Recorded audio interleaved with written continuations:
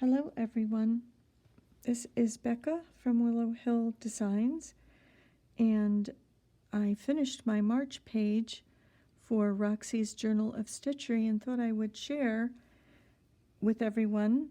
I actually finished on time, which is surprising to me. I'm really enjoying seeing everyone else's pages. They're so inspirational, and I think what amazes me is that just 2 prompts, and there are so many different takes on those 2 prompts, so many different versions. It's just interesting to see what people do with it. So I thought I would also share mine as well. So this is my book. This is the title page of my book. I'll just show that quickly, and these are my sampler pages. And this is the bunny page, the bouncing bunny. That's January, and this is February, which was Fancy Flowers. So those two will go next to each other. I'm just stitching these together right now, so I'm a little behind in getting my book together. But this is my March page here. Let me take that out. This is my March page, and finally finished it on time. I am amazed. And I'll just start at the top here. This little doily I stitched with just some back stitches, some French knots, some straight stitches, in some different colors of pale salmon and robin's egg blue. And this little butterfly over here, I wasn't sure if I was going to put her on because I had added so much to this page. I thought it might be very crowded, but I didn't want to leave her out because I loved her. So this is what she was originally. This is the doily that I took her out of. So her wingspan was a little bit longer than what I could fit there comfortably, I thought. I didn't want to cover up the little house. And so I decided to take some tucks in her wings just to sort of make her a little bit smaller to fit there. So that's kind of what I did. And you can see here are the tucks. And I just stitched her with some straight stitches, some running stitch, and a couple of French knots.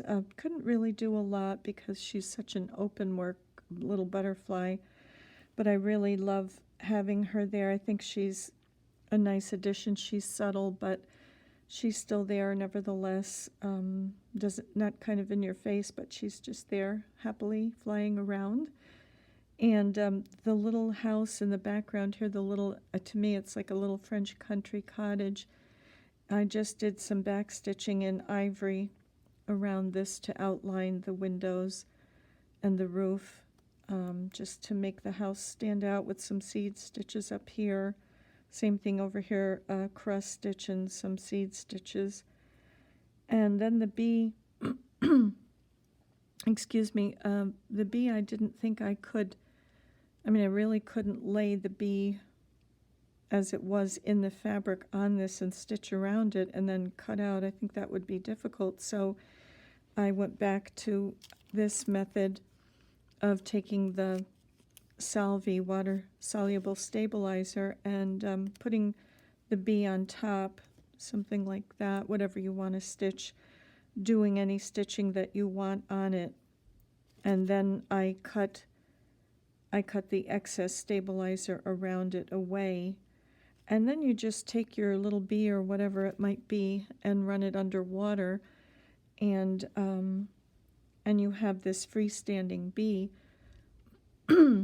So on the bee I did some satin stitch and some blanket stitch with the gold sulky thread around the wings, some straight stitches, and I also did some stem stitch legs on the bee just to sort of make it look a little more realistic.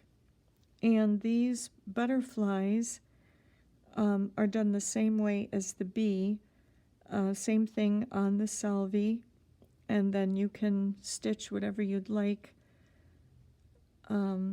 These have French knots and satin stitching here and some gold sulky thread metallic around them. This little butterfly, I cut him down a little tiny bit. He was bigger. And I did some satin stitch, some straight stitches, French knots. I didn't want to cover the fabric too much just because I thought it was so pretty. And this one, this little butterfly is done a little differently. This one has Steam-A-Seam 2 on the back of this part of the butterfly, and then I ironed it to another piece of fabric so it has a lining. Pardon me, my allergies are not happy today. A lining, and so you don't have to stitch this one down flat because it has that lining. But because of that, I couldn't really do any stitching here because it would show. But it kind of looks like this one is just flying in, just landed, and maybe these butterflies are still flying into the flower. And I put some embroidery floss as the antennae on these, and I used fray check on this just to sort of stiffen them a tiny bit. And fray check is nice because it does stop fraying, but it also, which I know we don't want to do that on these projects, but it is nice to stiffen as well. So it did just stiffen up their little antennas a little bit, so that was good. So they didn't just sort of lay there. And this hydrangea, after I cut it out of the fabric, I did a back stitch all the way around the flower, and then before that I had put some batting under it to give it some dimension, and I did another second little flower here on this stem. So there's two. There's a larger one in the background and smaller in the foreground. And I have to give credit to someone I was watching YouTube as I was stitching, and I think let me just make sure, it's To Be Loved Treasures by Corinne, and I think she was working on a Jessie Chorley slow stitching project, and she had cut out some little flowers from a Tilda fabric, and I actually have that Tilda fabric. It's so pretty, and I thought that was just such a clever idea. Rather than try to embroider the whole hydrangea, so what I did here was I had a batik that is sort of pinks, mottled pinks and creams, just a very, very pale, subtle fabric. And so all I did was really, I chose a size circle that I wanted, and I used this template, which you can get really at any office supply store. They're kind of nice for really any kind of circle that you want to do, unless really large. But I just traced them onto this fabric with Frixion pen so that it would iron off. And I just chose certain spots on the fabric where maybe there was more pink or more cream, just to give a little bit of depth to the flower. And so it was actually kind of fun to just, it was sort of that brainless, mindless stitching where I just took the circles and placed them and did a French knot in there to secure them down. And so that was fun. I enjoyed that, and I liked the effect. So I wanted to make sure to give credit to Be Loved Treasures by Corinne, because she was my inspiration for that. And this is a little petunia here on the side that also has batting under it, and I did a tiny, tiny back stitch. I don't know if a tiny back stitch on that, and also in here just on the darker parts of the flower, and some little French knots, just to sort of give that a little bit of definition and life.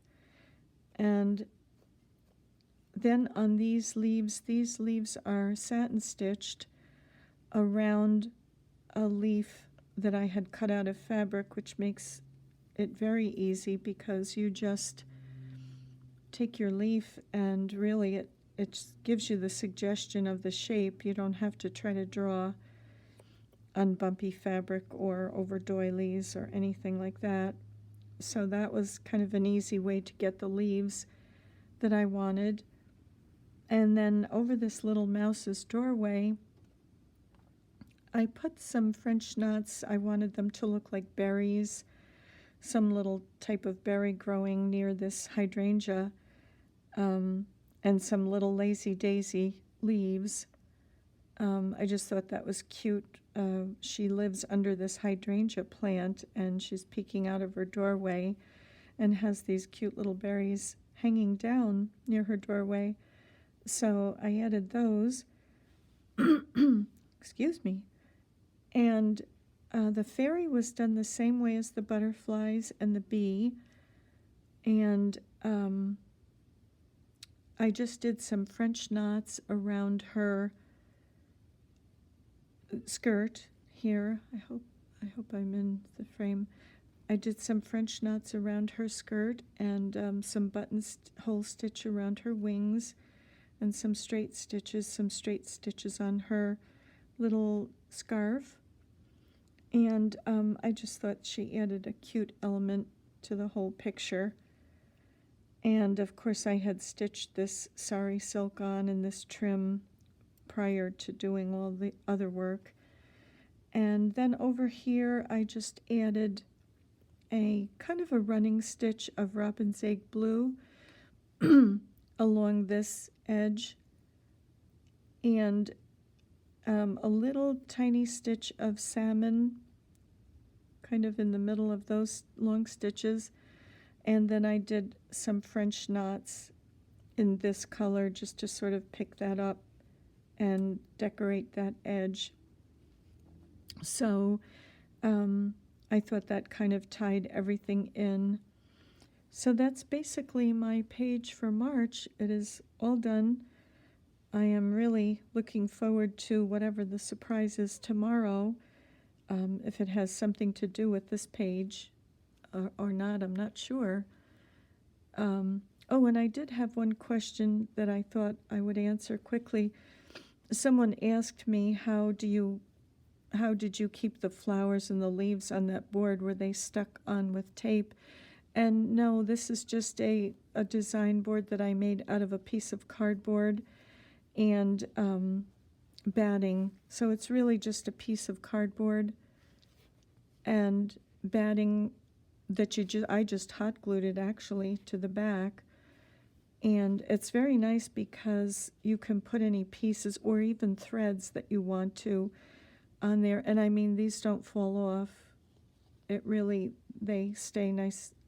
Sometimes I pin them because my puppy, my little toy red poodle Piper, gets things if they fall on the floor, and she likes to chew them. So sometimes I will pin them just to be. That's why this one has all holes in it, because I wanted to make sure Piper didn't get anything. But and I'll also put a needle minder on these boards too sometimes, and that's just got a magnet on the back, so it stays. And this one has Steam-A-Seam 2 on it, so that's not going to stick. The paper is on there. But so that there is no tape or anything. This is just a batting. This is a silk batting, but any batting would work to hold your pieces. So I just wanted to say that I'm really enjoying this, and especially during these times when the world seems to be crazy. I think it's so nice to be able to sit down with a slow stitching project, and I do love to be on my sewing machine, but it's just so relaxing to sit and think pleasant thoughts, think about happy, nice things, what it may be the subject of your little page or whatever, but I think this is it's so good for the soul. And I thank Rachel and Sarah and their mom for this, because I've never done this before. This is my first stitch-along slow stitch project, and I'm really enjoying it. But thank you very much for stopping by, and see you again soon, hopefully. Bye for now.